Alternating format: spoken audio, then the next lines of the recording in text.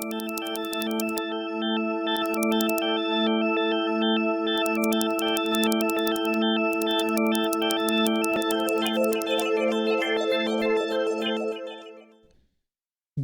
morning, good afternoon, good evening. I did have to look over there, make sure I did not have the microphone on mute today, which I do not, thank God. That's how you know it's going to be a good stream, is when you don't mess up the microphone. How's it going, everybody? Welcome to the May 30th, 2024 episode of the Security Data Operations stream. We made it 2 weeks in a row. Kind of 2 weeks in a row. We did two streams. We did it 2 weeks ago. Either way, I'm super happy to be excited, as always, to join you, as well as my co-host, Mr. Jonathan Rao. I had to find the button on my stream deck. John, how you doing today, buddy? I am doing good, man. Got a lot of good things going. How are you, bro? I'm good. It's again, like, it's always a good day when you turn on the stream and you remember not to mute the mic. I do want to keep our intros short today. Oh, actually, they're saying, oh, look at that. We've overcorrected on your volume, John. But now they're saying, oh, great. That's on me, guys. That's on me. Let's fix that. Let's bring you back down. Okay. La la la la la la la la. No, don't do that. Don't do that. Don't do that. Like, that's a stream no. We don't sing on stream. Somebody's gonna clip that, and it'll be all over the internet, and then you're gonna be doomed. No, it's gonna be a meme. It is gonna be a meme. I feel when somebody talks about cloud security. Shh. Not yet. Save it, John. Save it. I know, you got to get it out. You're just dying to go. Hey, hold on. We're going to keep intro short today. We do got a lot to cover, and we kind of did the intro last week, but I do have some housekeeping items. I always touch on these housekeeping items because I think it's super important for all of our viewers to understand. We are streaming live across LinkedIn, Twitter/X. We got tons of viewers on Twitter/X. Glad to see everybody hanging out over on Twitter. You can add us over on Twitter, and we will get your questions over on Twitter if you're over there. Twitch, YouTube, LinkedIn. We tried to do Instagram, but we had some video issues on Instagram, so we'll continue to work on that. For everybody who is listening across all the platforms, thank you so very much for tuning in across all the platforms. We really do truly appreciate it. We do have moderators in chat on all the platforms, and moderators are here to keep chat free of racist, sexist, misogynistic, just general toxic behavior. The only toxicity that hopefully you'll see is John and I kind of being toxic to each other and probably to the industry as a whole. But that's a different story altogether. But moderators are here to keep chat, John, this is your favorite saying, a safe space for everybody to share their cybersecurity ideas on whatever John and I happen to talk about freely and openly. They're not here to stifle chat. We're definitely very freedom of speech, share your thoughts and everything openly. We do believe in civil discourse. Do chat with your fellow practitioners across whatever platform you happen to be in. We do truly appreciate it. If you do have a problem with moderation, please reach out to a moderator in Discord. You can kind of see Amoeba's got like this green little sword next to his name. He is a moderator, and you can spam him on Discord, and this is a fantastic opportunity to hit that exclamation point Discord to get that. Second thing, John, and I know this is your favorite part, we highly encourage questions throughout the stream. Absolutely. We love questions. John may seem scary. I promise you, he's really not. He's a cuddly bear. He's a cuddly bear. Look at him. Everybody drop little bears in chat for John. I promise you, he's a little cuddly bear. Oh, thank you. Anyway, yes. If you hear John or I say something that makes you think of a question, the best time to ask it is right then when you think about it. We don't want you to forget it. I promise you the moderators are grabbing questions. They're grabbing comments that you say in chat, and they'll push one on screen at the magic button, just kind of like that, and you'll see it pop up on screen. And John and I can look at that and be like, aw, somebody's a fan. We love it. We're glad to see it. We'll answer the question. We'll do our absolutely best to answer them. You don't have to wait for a Q&A at the end. As a matter of fact, we prefer you not to wait for the Q&A at the end. That way we can answer your questions in line. We do truly and leave early. And no leaving. No. I got you here. I got you here for an hour. You're mine. You're mine for an hour. You ain't going nowhere. Speaking of moderation, makes me feel John. warm and fuzzy. Speaking of moderation, John. You and I got to talk, dude. You and I got to talk. I think you set a new record last stream 2 weeks ago. That was our only stream. Yeah. It wasn't for viewer count, which I wish it was. I think. Do you have any guess what the record was that you set for me last week? Well, first off, only 12 people watched it, so that's not entirely true, John. I mean, marketing may have told you that so that you didn't feel like any imposter syndrome showing up on stream, but that's definitely not how many people were watching. 5 of you. No, us too. You set a record for the fastest time I've ever had a producer message me and tell me that we've got to take content offline because of something you said. How much things did they clip out? They hit me with that Stalin, bro. They erased me. I got information warfare. How many erasures did I go through on that one? 5 or 6? I have no idea. I was not involved in that. I just know that I got the call that was like, can you take the video down now? So for those of you for those of you who reached out to me after the fact and were like, hey, Neal, where's the VOD at? I'll have one of the marketing guys give me the link for the VOD and you can go do it. There had to be some post education, which is why it's important to tune in live. Yes, come for the pre-Gulag content. That's right. Stay for the memes. That's right. In all seriousness, listen, and John and I are very adamant about this, and so I'm putting on my most serious face possible. John, put on your mean face, your serious face, right? You may see the Query logo in the graphics. John and I are super grateful that Query, has agreed to let us take some time out of our very busy days to chat with you all. I want to remind you, and John wants to remind you, and we're very, very adamant about this. John and I are lockstep on this. This is not a show to sell you on anything Query. As a matter of fact, you'll rarely hear us talk about Query whatsoever. John and I have a shit ton of experience, a crazy amount of experience. We're very vocal. We love to talk shit to about the industry that we're in because we find it very cynical and there's a lot to talk about. We want you all to benefit from that. And so take this time to ask us questions about any of the topics, anything, whether it's something we're talking about or not, and we'll do our absolute best to answer. John, I'm not sure if you want to piggyback on that since you were the one who got censored 2 weeks ago. Yeah, I know. I'm always getting censored for stuff. The impersonation was funny, though. It was kind of a drop of the hat thing. But I don't know. In between my yapping and, well, all I do is yap, so... But yeah, I mean, I'm surprised you even named our employer here, even though they're forcing us to be here. They're in our walls. Marketing, I know you're watching this. I'm coming for you, marketing. They are watching. They are watching. Yeah, everywhere, and they will be at Reinforce. But no, I mean, it's 100% right. Look, I think too many of these streams, casts, whatever you want to call it, get turned into yapping sessions about selling, or maybe like a psyops way of selling, psychological operations of like, oh wow, here's a hard problem. Wouldn't it be great if there was a company that could solve this? I'm sure you love that, Neal, watching vendor casts. Yes, every day. Everybody who's a typical cyber insecurity viewer knows that is my most favoriteest thing ever. Absolutely. Yeah, but not to stream. Right. So anyway, ask your question anytime. We do have a question in chat. I do see that one. I'll get to that one here in a little bit since it is about pen testing. I do want to jump right into John. Because, John, your post yesterday on LinkedIn kind of talking about today's cast kind of started the shit posting early, if that is even possible, right? I know you have extensive thoughts about cloud pen testing, especially since you led teams doing that. Can you kind of talk about what your role was in terms of leading some pen testing, some cloud-centric pen testing teams and kind of what was involved in that?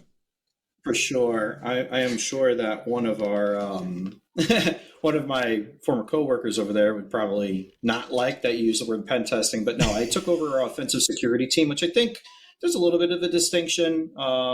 And really, it wasn't me, Harple Palmer. Harple, wherever you are, bro, even though you're an Oilers fan, love that guy. He kind of led our red team operations and red team targeting ops, really, and kind of one of the reasons that we built our cyber risk graph product over there. And I'll yap about that probably later, because if we start talking about graphs and security, we'll be here forever. But yeah, I don't know. I don't feel that cloud pen testing, cloud security as a whole, all that stuff, that isn't a role. That's well, first off, it's a whole damn department.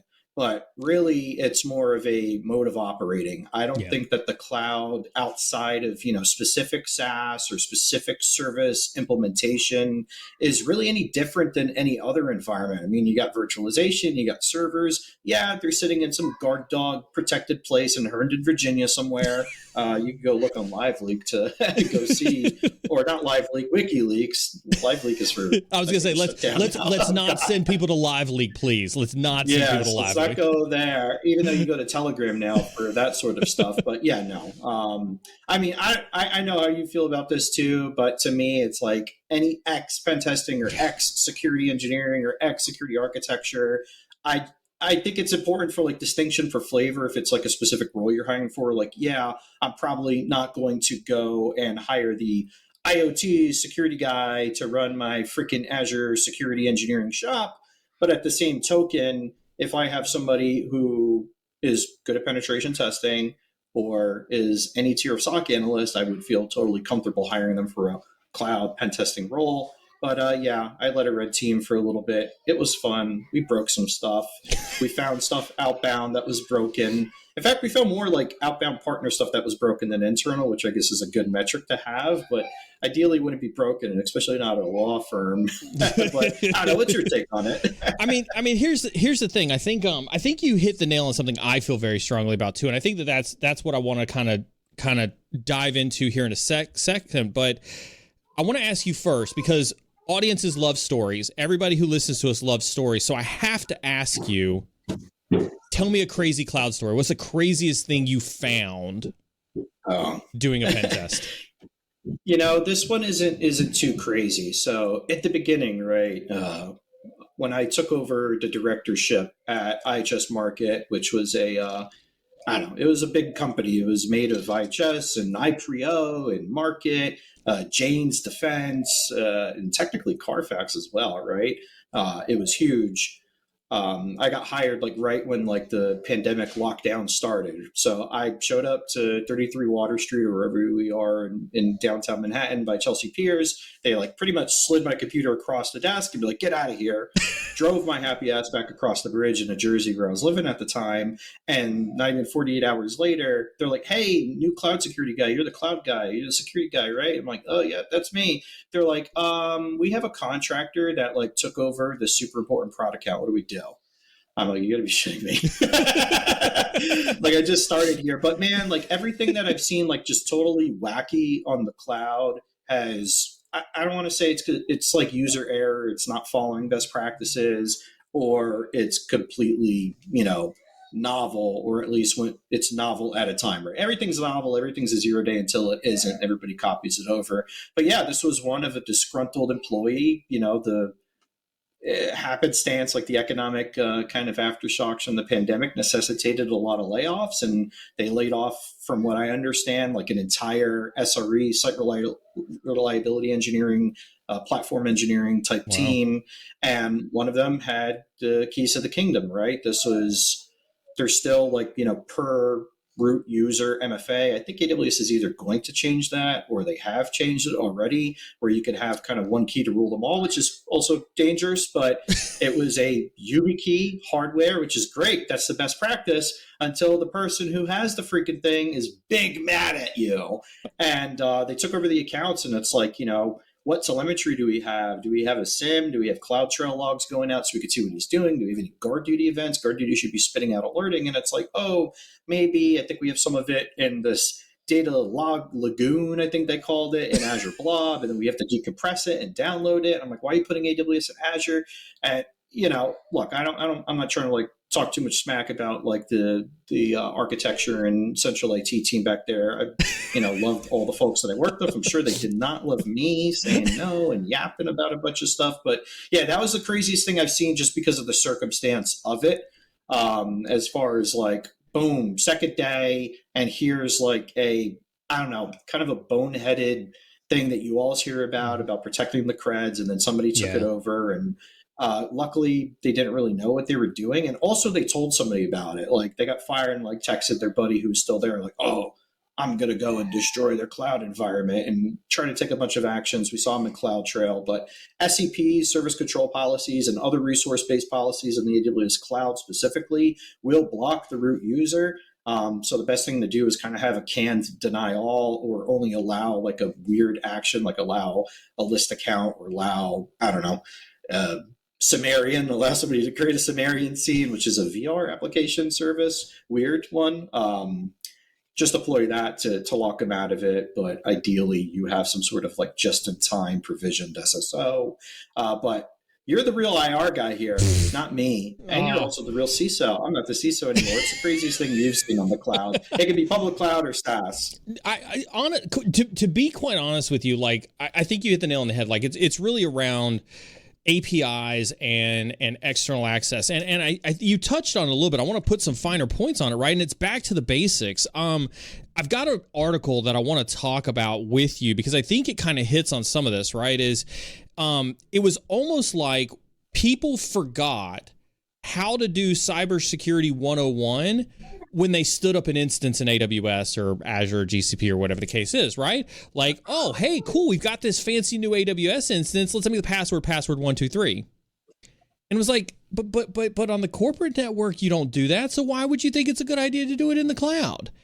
And so I think that a lot of my early cloud IR stuff and a lot of my early early work that I did, building red teams and stuff like that for cloud, were really focused on, cool, let's kind of see some of these default configurations that people were leaving open. Dude, I'm sure you've seen this one before, like when, what was the service that AWS bought? Not Lightspin, not Lightspin. No. It was where you could like click a button, like almost,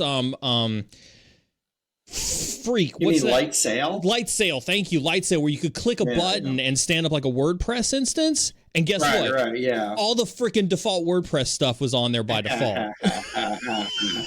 It still is. I think there's like whole research wings dedicated to stuff like that, where they pull down public AMIs to find sensitive details. They pull down public GitHubs to find AWS creds. But yeah, I mean, you're totally right. It's all about just, I don't want to say it's all about, but I think from my experience, both working at AWS, like as a TAM, having to help like what they called zipline teams at the time, which was like a ProServe special missions unit, if you would, for like cloud IR, working with the IR teams from either customers I directly had under enterprise support or ones that were in my cluster or kind of external, right? Because I had kind of a rotation based sort of like, hey, if you need help. But anyway, all the bullshit, jobs that I've done, right?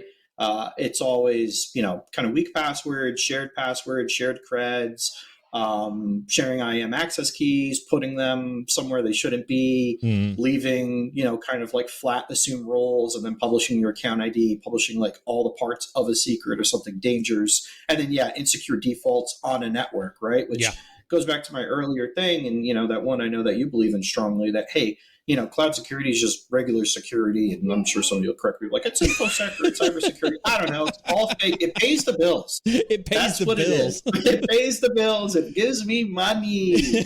And to quote my favorite MMA fighter, Manny Moicano needs money. And so do I, because my tastes are more expensive than his. I was gonna say, I mean, like when I don't think chat understands, like when John talks about his taste being more expensive, John wants a tank. Like you saw my EOD post on LinkedIn. I'm not joking. John wants a tank. Yes, I do want a tank. I don't want to turn this into like a whole, I don't know, ITAR sort of thing, but as a U.S. taxpayer, my money goes to making machinery of death.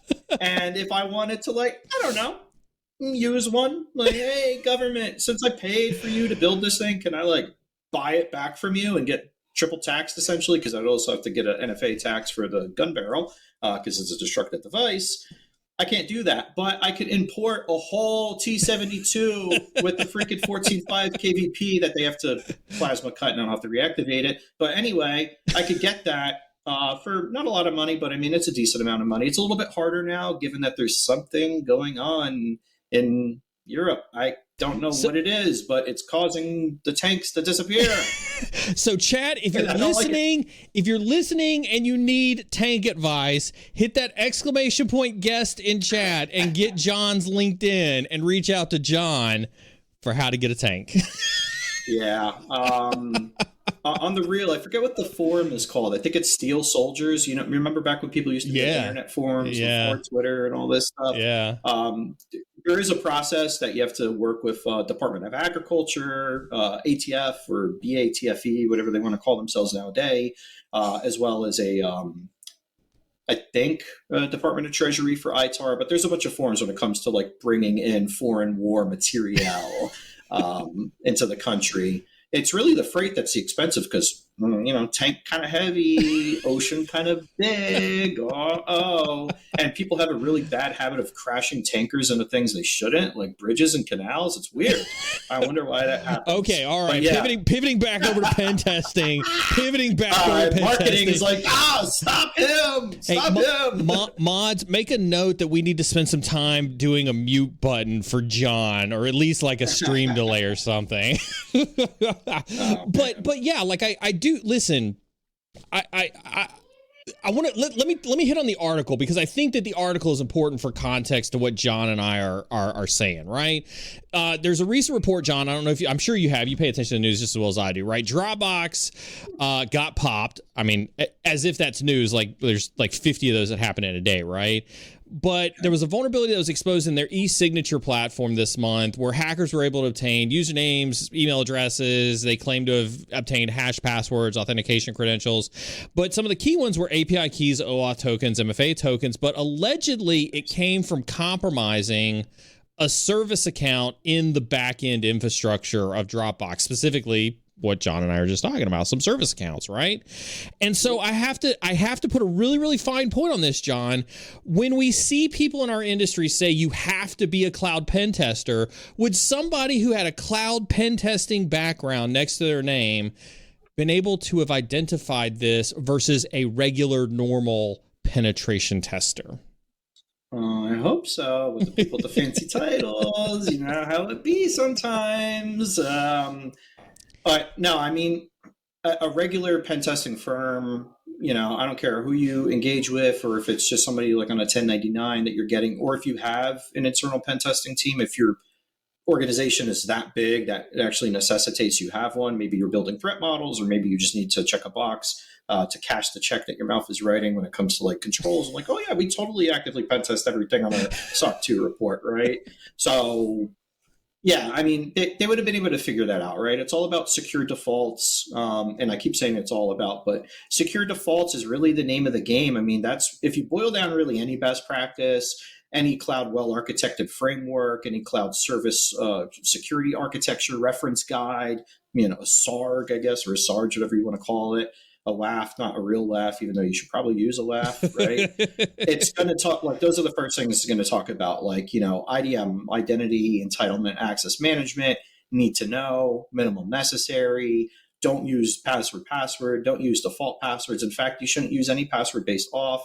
Use modern, kind of like FIDO2 OAuth things. Hardware tokens are great until the person who controls the hardware either gets murked and they're like, give me your freaking YubiKeys, stab them in the face.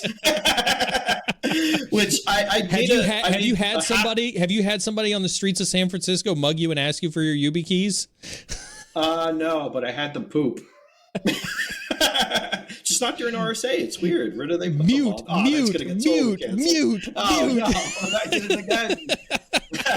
Mark, you keep forcing me on here. I'm going to force to say more crazy things. But no, that actually did happen. I had a job. I don't want to say which one it is, but one of the roles that I had taken after I'd gotten there, I came on board with a bunch of other folks to kind of build out this security program version 2, because in the past, they had a lot of lacking controls, right? This is office days. So, the VPNs could be shared passwords. It was shared usernames, sometimes to authenticate to it. The different ways to get into the buildings. It wasn't like a card or FID-based pass-in. And then even if there were in certain locations, you could just turnstile and get into the building and get in the elevator and access different rooms. But somebody had taken some stuff they shouldn't have taken. particularly. I don't know if they're going to try to sell it or whatnot, or if somebody told them to do it. There was actually a whole, state and federal level investigation, and really the comeuppance was like, hey, go implement, hundreds of these freaking tools and whatnot. But yes, I haven't seen, or nobody's come up to me, but there have been not opportunities. There have been occasions that I personally know of where somebody was targeted because of that. And I mean, it happens every day, because what is really cybersecurity than just a subset, superset, I don't know the grammar behind it, of regular old security. And that comes down to, operational security, right? Or personal security that you should be doing every day, right? Use strong passwords, change up your usernames. Don't use your real phone number. Use a freaking burner, or pick up another cell line and register it to your grandma that lives in freaking Idaho. Okay. We're not escaping from terrorists overseas. Like we don't have to worry about all that. Hey man, you never know. Like, people follow you to ATMs now. Like, drive-through ATMs are some of the sketchiest things you could do. They actually really are. Yeah. Maybe follow just the secure defaults, and I think those are the most important ones, right? Yeah. This is coming from somebody who wrote a cloud security posture management tool that spits out, hundreds of freaking checks, but most of the checks are like situational. The more important ones, there's like maybe 5 that are like really important. What are those 5 that are like really important? Like, hey, chat, this is one of those times where, like, in between all the BS that John and I do, like, John's going to drop 5 important checks that I think are important for all you cloud, whether you're a pen tester or a practitioner or a blue teamer. Like, this is something, definitely pay attention to this one. So what are those 5, John? Yeah, and I'm going to ask you the same question after I'm done. They'll probably overlap, but really, I mean, depending on if you're looking at it from a pen testing, obviously this is stuff that you want to look for that they don't do. But the more important thing, right, is just, it's all around identity. I feel like it's, use MFA, right? Use MFA or some strong authentication. I don't care what it is, but use it especially on the administrators. And ideally, you're kind of force funneled in through an IDP. AWS SSO back in the day, and the other SSO platforms for like federation, for using like service provider initiated or identity provider initiated suck. But now between Okta OAuth, AWS Identity Center, Entra ID, Azure AD, whatever you want to call it, and the built-in directory services, I already said AWS SSO, but Google has one, even though Google really wants you to use Workspace. And I mean, hell, you could even service initiate SSO through Salesforce. You could use Salesforce as your freaking identity. Isn't that wild? My God, isn't that wild that you could do that with Salesforce? God. You could do that with Salesforce, man. You know what else you could do with Salesforce? You could do a lot of things with Salesforce. It's odd. Yeah. But yeah, so that's 2 in 1, right? Yeah. Use MFA or other strong authentication. I don't care. I believe the OMB or maybe CISA, who should be disbanded, created a kind of strong authentication, like, hey, there's MFA, but you should use these MFAs. Whatever, whoever made that, I'll have to dig it up. But I think Microsoft in their documentation has like a phishing resistant MFA. Use one of those, right? So not an email, not a password, not something that you could lose control of. Probably not a text message unless you're rotating phones with even none. That could be sketchy. Use SSO if you can, right? I mean, I have for my own sandbox, right, for like Electric Eyes, not back end, but for some of the more public facing assets of Electric Eye, which is the CSPM tool that I write that has that'll generate like the HTML reports and whatnot. I have a Google Workspace business account that I got with some of the domains, so it's like $7. And you could do that for as many users, set it up to be just in time. So I think that's also important, that there's going to be a higher level than your IDP. I think a lot of people get focused on like, oh, I'm going to bloodhound the shit out of their directory. Yeah. Something is populating that directory, some person, some team. It's probably an ERP tool, right? An enterprise resource planning tool. Some people call it HRIS, Human Resources Information Systems, Workday, Bamboo, a spreadsheet somewhere, a logbook, right? Somebody's going to be, logging in and overtask CISO that's doing it all by hand. Yes. Or CISO/CPO/CIO. How are you doing? So yeah, that would be the third thing, is like making sure that it's coming just in time from upstream, right? So if somebody gets put on a movers, leavers, joiners, they're moving teams, they're joining they're joining the organization. They're on a RIF list. They've been notified or not notified. And this goes in a lot into detections and like insider risk investigation and interdiction teams as well. I'm sure you know about that a lot, coming from healthcare and running SOCs for investigations like this, and then also on the Fed side, and your Fed friends. I have recanted my Fed status. Thank you very much. That is very true. But making sure that that's tied in, right, and then having controls around people moving and leaving.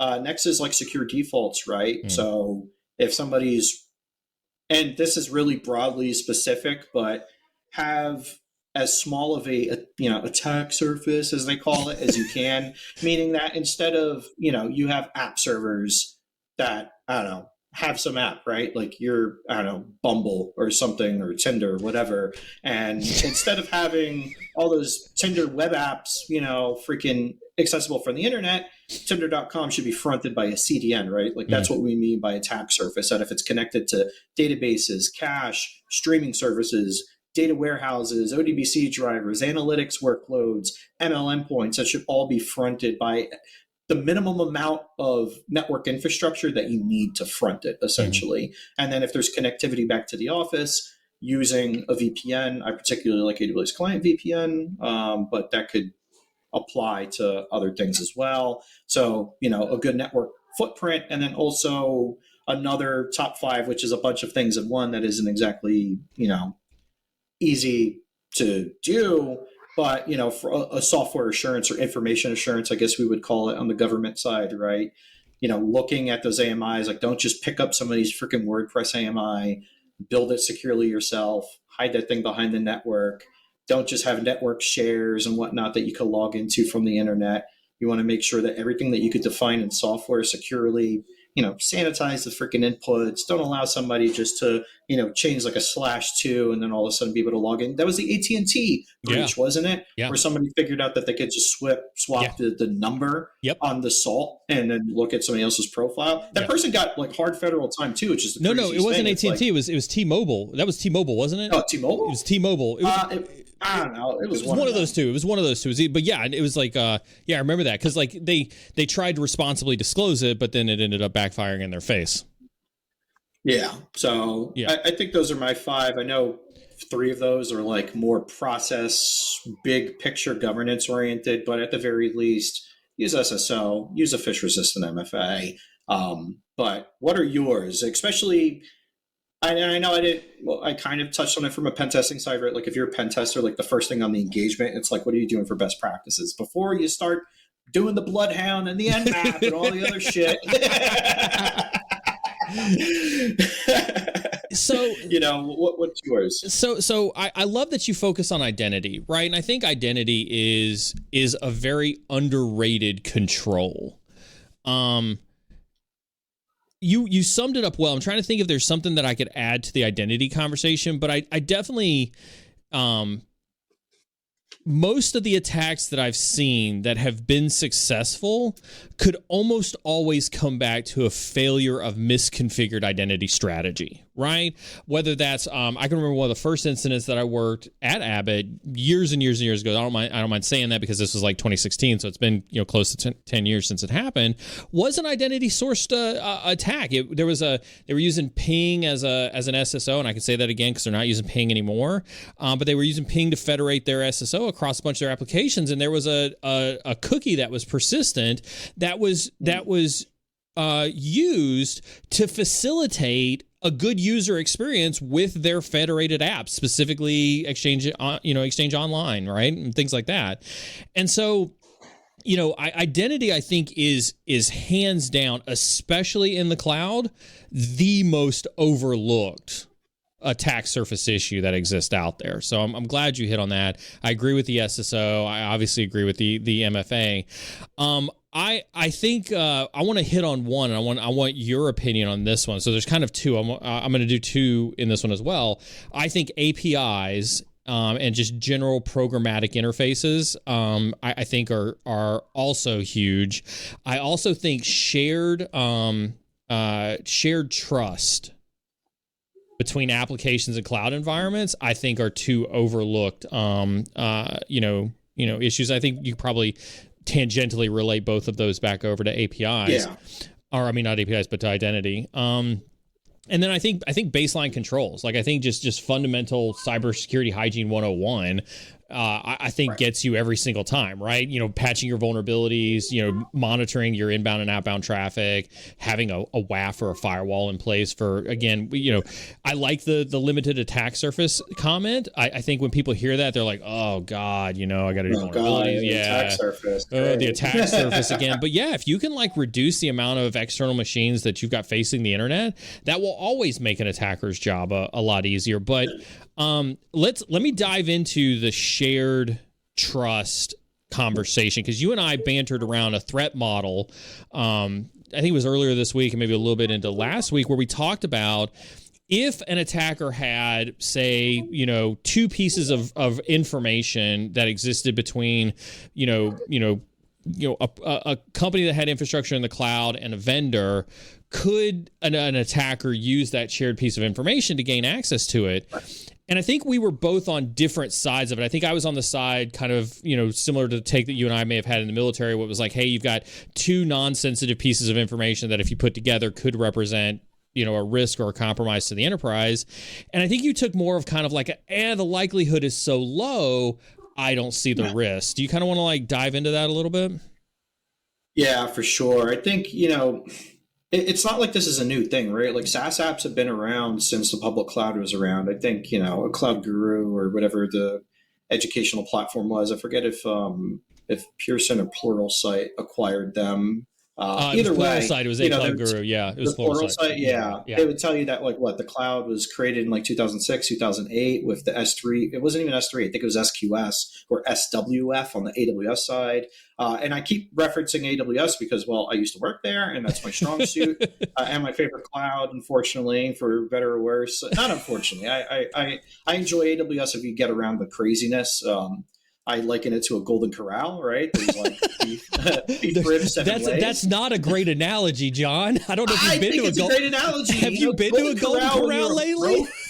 Yeah, well, not lately, but when you're a broke freaking army, like, you know, E4, right? Going to like your third freaking duty station, you ain't got no money because you just had to spend it all moving all your, you know, your prized possessions, all your freaking combat shirts, and, you know, Golden Corral is awesome. So it's like there's a bunch of different options where like Google is very, you know, kind of like developer centric, where it's like, I want to stream PubSub. I want messaging PubSub. I want a broker service PubSub. I want a pub sub service, Cloud Functions. But anyway, SaaS has existed there. You mentioned Dropbox, and then also regular Box, ubiquitously named, and I believe even Apple iCloud, right, are all S3 underneath. I'm sure it's a lot different now, but at least back in the day, and at least until, you know, probably 2018, as far as I know, we're all S3 underneath. So, you know, SaaS implies that shared trust of like, I'm trusting you to use these credentials to access this environment, which is why, you know, you have things like external ID, adding nonces, you know, that's a kind of a cryptography 101 thing, adding nonces for some secure modes of encryption, right? And why we don't use things like electronic code books, or we use like Caesarean ciphers. But when you take that out of like the mathematical, like basic, I mean, encryption is kind of like security. It's not easy, it's not basic, but like, you know, it's like the raw security where it starts to go into the math world. But, you know, it's really kind of a, I want to say indemnification, but it's not, even though there's some indemnity there. But you should, you know, look into that too, right? Indemnifying yourself or indemnifying them. I always forget what it's supposed to be on our legal counsel. Shut up. This is why we have lawyers, John. Don't even try to dissect it. Yes. You know, but I can't be a lawyer because they force you to eat a puppy before you graduate. Oh, it's true. And there goes the marketing guys looking for more stuff. Like, gotta strike that one. You know, we were trying to close business with a law firm. Nice going. No, I think it was more the puppy comment than it was anything else. Yeah, I'll tell you. I got a story that I could tell you off stream that'll make you laugh about that. But yeah, I have one related too. But shared trust. I think the point that you're trying to make, though, right, is that shared trust has existed forever, and I don't think that people are thinking about that shared trust when they're thinking about either how to attack clouds or even how to defend against them. Yeah, I think it's from like a pen testing red teaming perspective, it's like, hey, that's an avenue in, right? So it's like, let's say your infrastructure is all good to go, but I could pop a Salesforce cred, or I come in from the reverse. Your dev has a script that they wrote to support the business to pull a specific table out of ServiceNow, out of Salesforce, out of some other main SaaS, and maybe inside of those platforms, there's other bits of information you could piece together to get back to even a higher level platform. Maybe this is coming from a data warehouse and you have a bunch of customer data, right? There's a lot of implicit connectivity, and that brings you back to, or brings us rather back to your API comment. And that's right. I would include that in like the reduction of attack surface, but APIs can get a bit sketch, especially, again, an AWS example, but it could be anywhere, where not only is the application programming interface, where you're able to, that's how applications communicate to each other, whether it's a RESTful or I guess a service orientated, SOA, or if it's using GraphQL, you're submitting information that app could understand, and then it's in turn talking to other things, and those other things that it's talking to, there has to be some sort of shared trust there. Maybe it has access to your Vault environment, to Azure Key Store, to Google, to Google Secret Manager, Google Artifact Registry, Artifactory. It's trusting you to pull down a package, to make a download, to grab a file, accessing a database, accessing a warehouse, accessing a customer relationship management, a CRM tool like a HubSpot.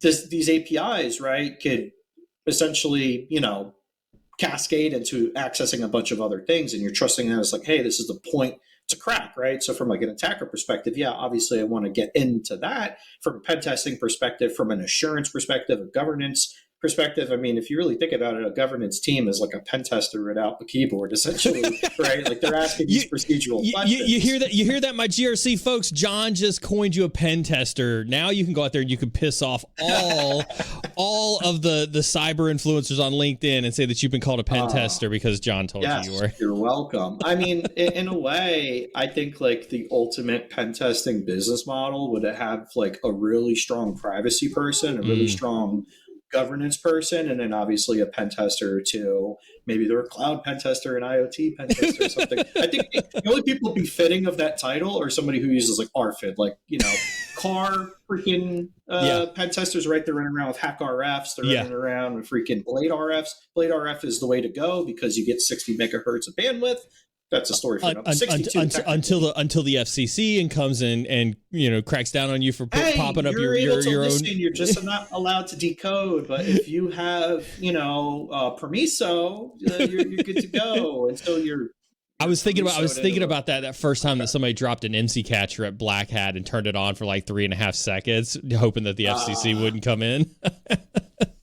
Yeah, no. Well, the police department could do that for no reason. I can't die, right? And anyway, John. Dragon OS. But really, if you guys are like interested into like RF pen testing, whether it's for cars, IoT, intercepting things like LoRa, long range, which is on 925, and I believe it's on 833 megahertz. That's used a lot in IoT for communications. That's great to practice with because it's low energy, radio direction finding, radio astronomy. Look at Dragon OS. The guy who makes it, I think we have to find his YouTube, CMX Cutter or something like that. But just look up Dragon OS on YouTube, and he has a bunch of stuff. He also has a lot of ATAC stuff, right? GoTenna Pro using some ATAC out there. But that's besides the point. But yeah, I mean, APIs I think are the single most dangerous thing. And now it sounds like we're an API security freaking company about to talk about SACE. God. Don't say sassy. Don't say sassy. Sassy, sachet, hey! Well, let me ask you this, because one of the things that I do like about this show that you and I are doing is that you are much more programmatically centric than I am. Like I definitely admit that the extent of my programming is, a bunch of bash scripts and maybe some Python, here and there. But you've got a lot more of that dev and that DevOps experience. What if you had to give like your top 3 kind of like API do's and don'ts for other people who are thinking about programming, or even like, hey, if you're an API pen tester, you want to get into API pen testing, here are the 3 things you should be like looking at. Like, what would you pass on to people? Well, one, try not to make all of them freaking public, right? Or if you do make them public, right? like, there is a distinction between an internal API, right? And we had a lot of that at AWS where, an action that you take, because surprise, surprise, every cloud platform is built on their own cloud platform, right? They have to dog food it to scale to work. Ooh. But, the first thing is if it's supposed to be internal, if it's like only to orchestrate some sort of automation, maybe it's to age out a record, maybe it's to re-register something, think of when you connect Microsoft Defender for Endpoint, Microsoft Intune, right? Defender for Endpoint is their EDR or XDR, Extended Detection Response Tool, whatever you want to call it. It's an AV agent. And then you have Microsoft Intune, which is an MDM, which is a weird word because it's mobile device management. It should be, and then sometimes it's called MEM, right? Microsoft Endpoint Manager or Mobile Enterprise Management or something, mobility, whatever. You get the point. They're two different tools and you could connect them because Intune is supposed to be where you have your configuration profiles where it's like, hey, you could use this BYOD device, or hey, you have to have these, updates installed, or you have to have this configuration for like your net capture filter. You have to use File Lock or Vault Lock, whatever, the Mac OS one is. I should know that because I have a Mac. I think it's Key Vault. Key Vault, yeah. Right. So that's what Intune is. And then you could connect it with Microsoft Defender for Endpoint such that you could bring in coverage data to have within Microsoft Defender for Endpoint. Like, hey, this is on our directory. This is registered to this person. They don't have Defender for Endpoint. That either means that your Intune scripts are broken and you suck and I hate you, which was me when I was the CISO at Lightspeed. I never used Intune or any of that stuff outside of like just, I got to go get Defender data. So let's figure out how to use this API, right? So that's an example of an internal API. If it's something that you use for yourself, not for the customer, don't make that thing public. Don't have your documentation out there. Don't have that endpoint be headable, right? Hide that thing behind a WAF. And then the second thing would be, strong security, right? Not just MFA, but, API tokens, or if you have an OAuth endpoint, or especially like if you're sharing, session data, somebody logging in, they're coming in from SSO, encrypt the JWT, have a way to de-auth it, have a way to age it out, have a way to track the sessions, just the overall session management of the security is, very important. And then I guess just, safety, right? If you have like say a post or a put API, again, to update some record in a database, to make sure that swipe, that conversation you have on your dating app or on LinkedIn or whatever, you shouldn't be having dating conversations on LinkedIn actually, but I'm sure if they added a dating functionality, a bunch of people would use it. Just put it out there, LinkedIn. It was my idea first. Marketing is making another note. That one's not that bad. They put games in it. That's the next thing. They put the dumb LLM. They put the games. Oh, God. And now they're going to put the dating app in it. People already use it as a dating app. It's all over for you. It's nuts. It's nuts, isn't it? God. LinkedIn's full of perverts, man. It's also people who are loud about it, too. Go ahead. They're going to cancel this on the stream, but I got to say it. The ones who are very, very loud about, like, I would totally never offer mentorship under the guise of, predating on somebody. Oh, who would ever do that? Those are the people who are the predators. Oh, God. Okay. John, mute. Not you. John has strong opinions about LinkedIn. Anyway, yeah. This is the best response right there. Sec IT guy. Now I want to take a detection engineer and put them in charge of a dating app. I mean, that's probably a good way. There's a bunch of been questions about, people asking like how to get in. But I think the most important thing to get in is getting your mind in a way of thinking. So if it's like, if I wasn't a pen testing engagement for this app, what would I do from the outside? And that's where the bug bounties are too, right? There's a bunch of people who pay their bills and then some just by bug bounties, just going through like, is this input correct? Yeah. Can I fuzz this, right? Can I submit something? Can I ask it something? This API says it's for posting. Can I try to delete from this API endpoint, right? Is there safety in the methods? Is there safety in input sanitization? Is there safety in just, it's doing what it said it should do? And can your users get themselves into trouble? And that's a whole esoteric AppSec sort of question, and not my strong suit. I've never ran an AppSec team. I don't know a whole lot about, OWASP other than what's OWASP. But if somebody asked me in an interview, like, name the 10 OWASP things, I'd be like, Okay. Clothes lost. Clothes lost. I'll get a new job. I love that. But I mean, listen, Chad. I hope you're taking a bunch away from this. And there have been some questions, John, and I do want to get to them here in our last few minutes, because I have noticed that the mods have been pushing them all to the queue. I hope, chat, you guys have been taken away just kind of like the various amounts of skills that just kind of like come from being exposed to this stuff, having it in your repertoire, being able to practice it, and really you just kind of like move in the direction, I would say, that the industry kind of takes you. And John, I want to kind of like this question. I thought this was a priority question from one of our Twitch viewers, and I thought it was pretty valuable, because I think this is worth mentioning again, right? And the question really is what is the goal of these talks every other week? What should we be looking to extract from this? More knowledge is more better. That sounds like somebody who went to your high school for English. But just curious the actual goal. I think I would answer this, John, by saying like, hey, listen, more knowledge is more better. And from my perspective, I don't like to write. I'm glad ChatGPT is here and I can like stick a bunch of freaking, prompts inside of ChatGPT and have ChatGPT write for me. But I love to speak, right?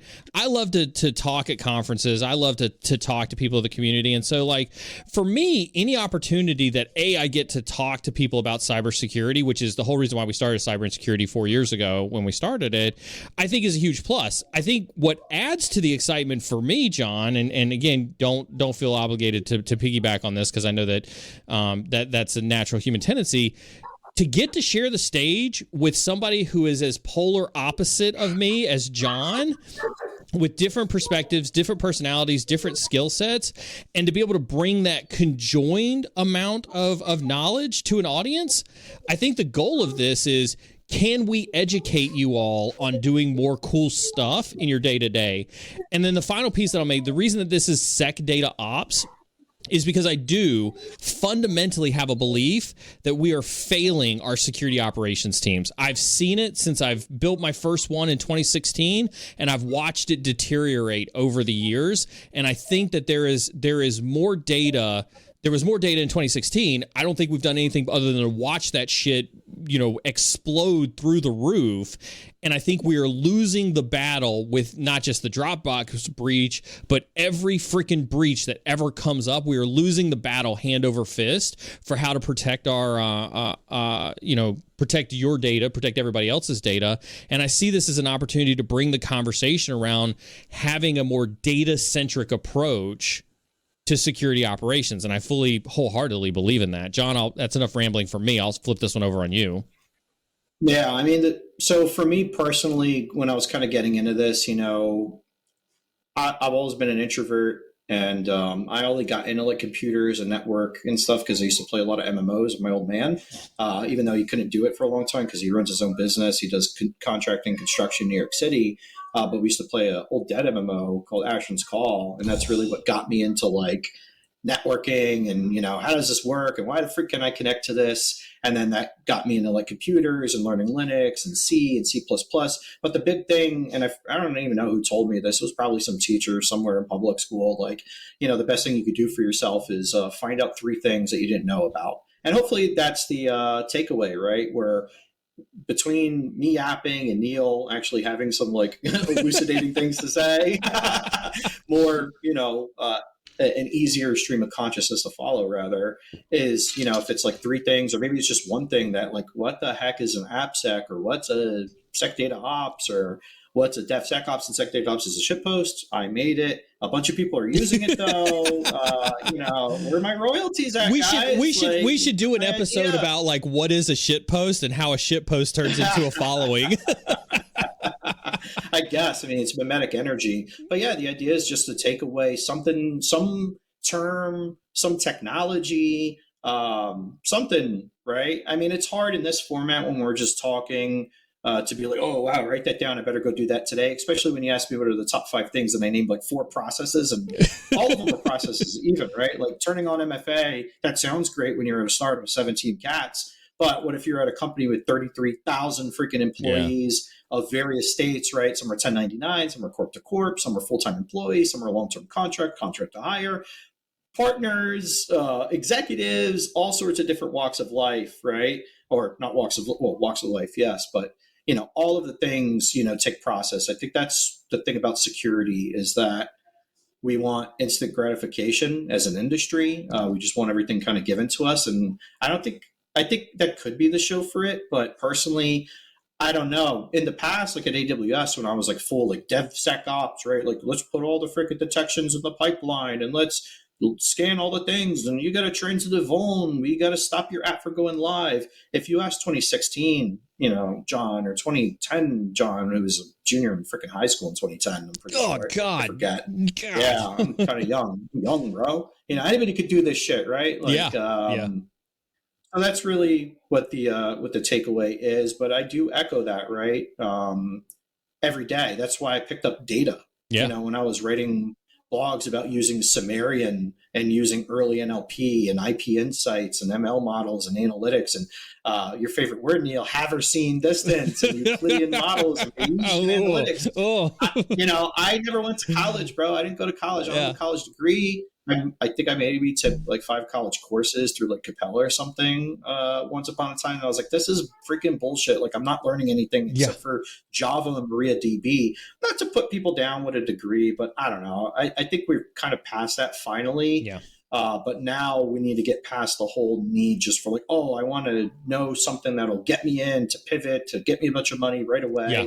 It's not that. It's all a process. And I hope that the takeaway is that this shit takes time. You could do this from anywhere, any starting point. That's a good thing about this. And I don't know, have some fun, chill out, have a beer and shit. I think this is one that I want to highlight on because like I think this comment it is important, and I think this is kind of the root of the question that you asked, Doc G, right? Is I'm not as hardcore that data engineering skills need to be crazy adopted by security folks. Like the stuff that John does is effing magic, dude. The stuff that John does in AWS and in GCP is effing magic. I don't think security dudes need to be at that level, but I do think there is a convergence of data that I do think, security folks have stuck their head in the sand about. And I think the goal of this stream is really about bringing that to light and having that conversation. Yeah. Go ahead. No, I want to touch on that. Maybe not the skills, right? I know how, because we talked on this on the first episode, right? And it was my mistake not to ask you, like, how much more you felt about it than I'm almost done with my whole crusade of like, security people. I did a couple shit posts like with the dark Kermit, like, now make the freaking security people learn PySpark, which is interesting to me, right? I think it's a skill that you could pick up. Look, if you could write a Python script, you could write a freaking PySpark script. Just run that shit on EMR, send it, right? It'll be expensive. But yeah, I do think that there is, here's another one, that there's a crossover between analysis, right? Data analysis, security analysis, and it all kind of starts at the same point, right? I think the good thing about our compatriots on the data side of the house is they think interoperability first and they think outcomes first, right? Yeah. It's like, okay, we need to make a report for this business, for this demographic. I think I used the example in the last stream. How do I work backwards from this with the minimum amount of data necessary, with the minimum amount of touch points necessary? And I think that's naturally also a security thing, right? Like there's a whole concept of data SecOps, right? Like data security, protecting the security in transit and motion and use, right? Polymorphic, whatever. So there's also that. Yeah, maybe you don't need to learn SQL, but I think we're getting to the point that you probably will. Just like a lot of cloud security engineers, AppSec folks, vulnerability folks probably didn't think that they had to learn like Splunk query language, right? And then all of a sudden people are putting everything to Splunk. The natural thing is going to happen now where you're going to have to learn how to use a Power BI tool or maybe learn how to use a notebook. Though, if they do it right, you shouldn't be writing freaking SQL queries against the data warehouse to begin with. But yeah, I don't know. Go learn some SQL. It's fun. Yeah. This is a good question. I do want, especially since you came from AWS and you've got a pretty good perspective about that mix of these two kind of crossovers. But how many entry-level cybersecurity practitioners do you think are aware that DevSecOps is even a role in the marketplace? I think a lot more now, right? Like DevSecOps is kind of still, at the not the forefront, but was forming rather in like 2017, maybe a little bit before that, but that was in the whole state management, config management, everything as code. But then it morphed into from more of like a governance top-down function to, version control everything to let's just put all the security into the pipeline. So it's almost like a dead meme now, but a lot of people use the roles. And I've never seen it executed particularly well. I think it's now called product security or staff security engineering embedded within a product team. Because the whole like, oh, we just got to teach all the devs how to securely code. It's like, yeah, maybe they should know when to, sanitize queries and use walrus operators or whatever, but they shouldn't be, learning how to build a whole full stack secure application. But DevSecOps is good in a way that cloud security is good, that it's a broad departmental sort of view of the world, right?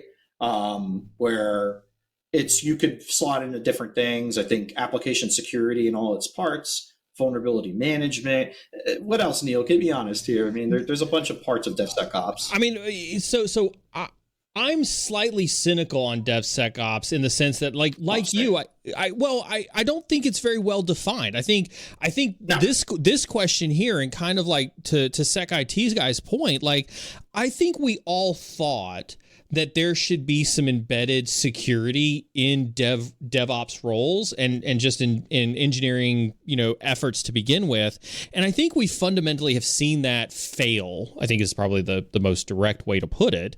Yeah. And I think it is resulted in like DevSecOps should exist, but it doesn't. It's kind of failed in practice. And I think that that's why we've now kind of come to back again to your shitpost of, SecDataOps, where it's like, hey, like we wanted to get security baked into engineering 2016, 2017, 2018, around that time. You guys failed at doing that. You gave us a bunch of runaround, a bunch of excuses why it wasn't possible, stopping workflows, limiting the ability for engineering to get code to production, just handle it on the pen test and submit a bug report for it afterwards, blah, blah, blah. All the shit that goes along with that. And so now you've got this vast sea of applications and SaaS applications and other applications that have access to data. And I don't even want to talk about the AI, disaster that's happened over the last 12 to 18 months. Right. And now all of a sudden it's like, yeah. And so it's like, now you've got no security in the dev function, no security in the data management function. To your point, they're always focused on the outcomes, and the outcomes don't have anything to do with security whatsoever. And that has basically culminated into exactly the problem that we have now, which is why I think the SecDataOps, while a shit post, has turned into a very valid movement, probably one of the more impactful movements that I've seen over the last 20 plus years. Yeah, no, I think, the question, how does somebody get into DevSecOps? I think like a prototypical DevSecOps engineer, even though I'd call them a product security engineer, you got to learn kind of all three parts of that acronym, right? That's what it was intended for. It was some development, even though the development side of security is going to be, hey, you got to write CloudFormation and Terraform and SaltStack and Pulumi and Tofu, whatever it is. So pick up a scripting language at the very least, right? Kind of understand the SDLC process. People skills, soft skills, I think are a lot more important, right? Because you're going to need to be explaining to general managers and software dev managers why what they're doing is bad. But also learning the skills, because you're going to have to be, building out freaking, infrastructure as well, infrastructure services, everything's defined as code. The security part of DevSecOps is very AppSec vuln management focused. Are you securely configuring things? Is network security working? Can you define the WAF rules? Are you patching? Are you monitoring if the patch has failed, restarting? And then can you also reconcile that against like, hey, this software is staked to this specific version. It has to use this version of Pandas or this version of freaking PyMySQL or whatever, right? And then the operational part of it, which I think is the one that gets lost in the sauce, is running all these tools. And because of the DevSecOps moment, that's why we got crap like the CNAP and ITDR and NDR. We have all these DR, application-centric tools that say they're app-centric, but they're not, right? Yeah. They have no context into the team, into the governance, into the processes behind it. So getting into it is really just kind of perfecting all the skills, up and down that stack and finding this. And I think what you'll find is that you're going to specialize in an area like, oh, I actually really like this application security thing, right? Yeah. Or I really like being a vulnerability manager, and then you'll end up getting into that by accident. Okay.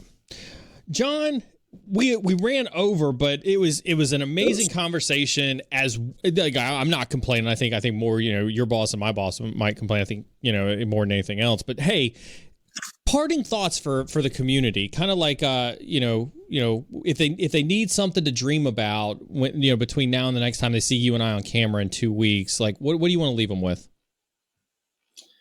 Cloud security hard. Yes. Invest in tanks and ammunition. But no, I mean, think of small problems first, right? Whether it's in data, cloud, AppSec, pen testing. I think just, we're looked on, security folks are looked on or put too much pressure on themselves to have to solve for everything, right? Nearly everything that Neal and I talked about, nearly everything that Neal and I have done in our career have been like big rocks that you got to chip at, right? So focus on the smallest, minimum necessary thing that you could do to affect a good outcome, and my boss, the CISO at IHS Markit, Eric, always framed it as the what, the so what, and the what next. And if you can't clearly articulate that, if you can't write a one pager about it, then it's probably not worth doing, or you don't understand the problem space enough to actually, be effective in it. And don't put pressure on yourself. That is incredibly well said. And the folks who are longtime listeners to Cyber and Security have heard me say something very similar. I did not prime Jon for that. That was pure Jon intellect right there. What? So what? Now what? I think with that, Jon, let's get back to work, sir. We'll see you all in 2 weeks.